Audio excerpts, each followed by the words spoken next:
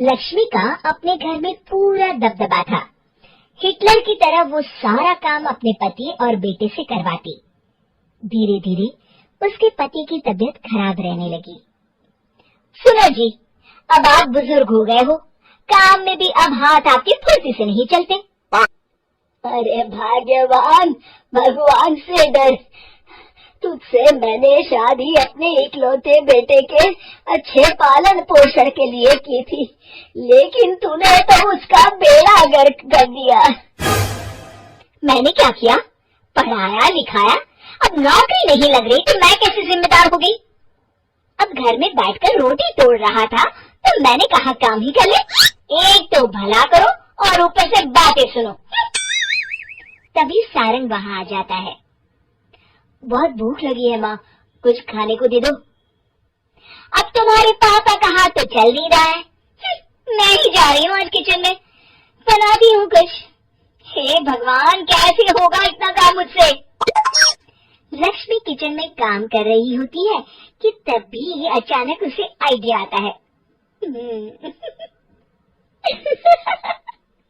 अरे मैं भी ना, अरे यहाँ तो फ्री की नौकरानी ला सकती हूँ मैं, फिर मैं क्यों खाना बना रही हूँ? उस दिन लक्ष्मी सारंग की पसंद का खाना बनाती है और बैठकर उसे बड़े ही प्यार से खिलाती है। खा ले बेटा, खा ले, पेट भर के खा ले। अरे रुक, मैं तेरे लिए ना गर्मा गर्म रोटियां लाती हूँ।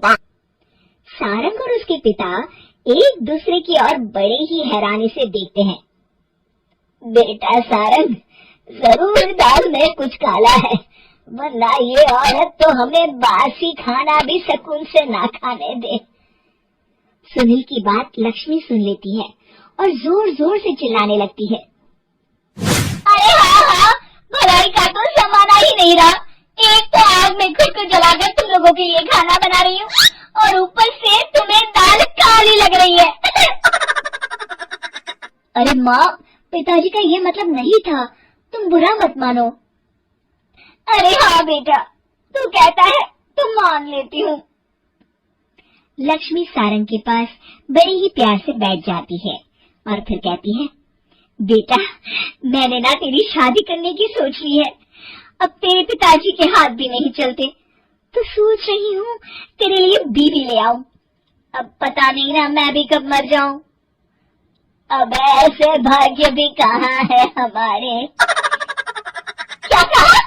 अरे हाँ, तुम तो चाहते ही हो कि मैं मर जाऊं, लेकिन मैं अपनी प्यारी बहू का चेहरा देखे बिना नहीं मरूंगी। हाँ माँ, शादी तो मैं कर लूं, लेकिन मैं नौकरी नहीं करता, फिर कोई क्यों देगा मुझे अपनी बेटी?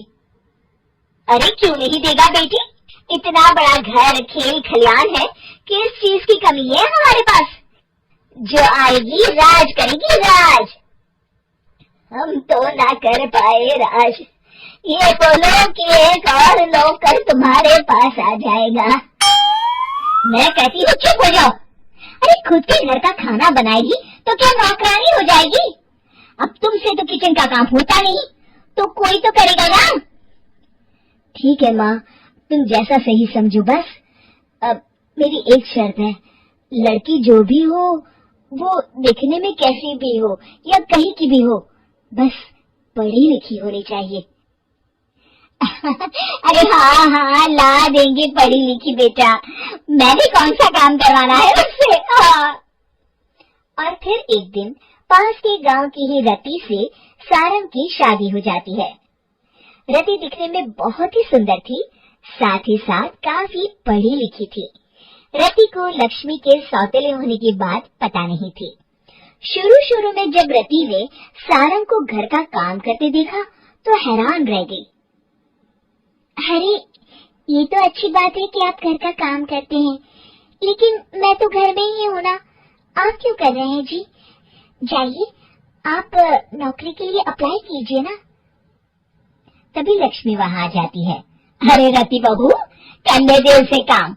और हाँ, मेरे घर के कुछ नियम है, कायदे हैं, यहाँ बीच में ना ही बोलो तो तुम्हारे लिए अच्छा होगा। रति को लक्ष्मी की बात कुछ अजीब सी लगती है। वो समझ नहीं पाती है कि वो ऐसा व्यवहार क्यों कर रही है, लेकिन उसे लक्ष्मी के सौतेले होने के बारे में कुछ पता नहीं चलता है। फिर एक दिन तो हद ही हो जाती है।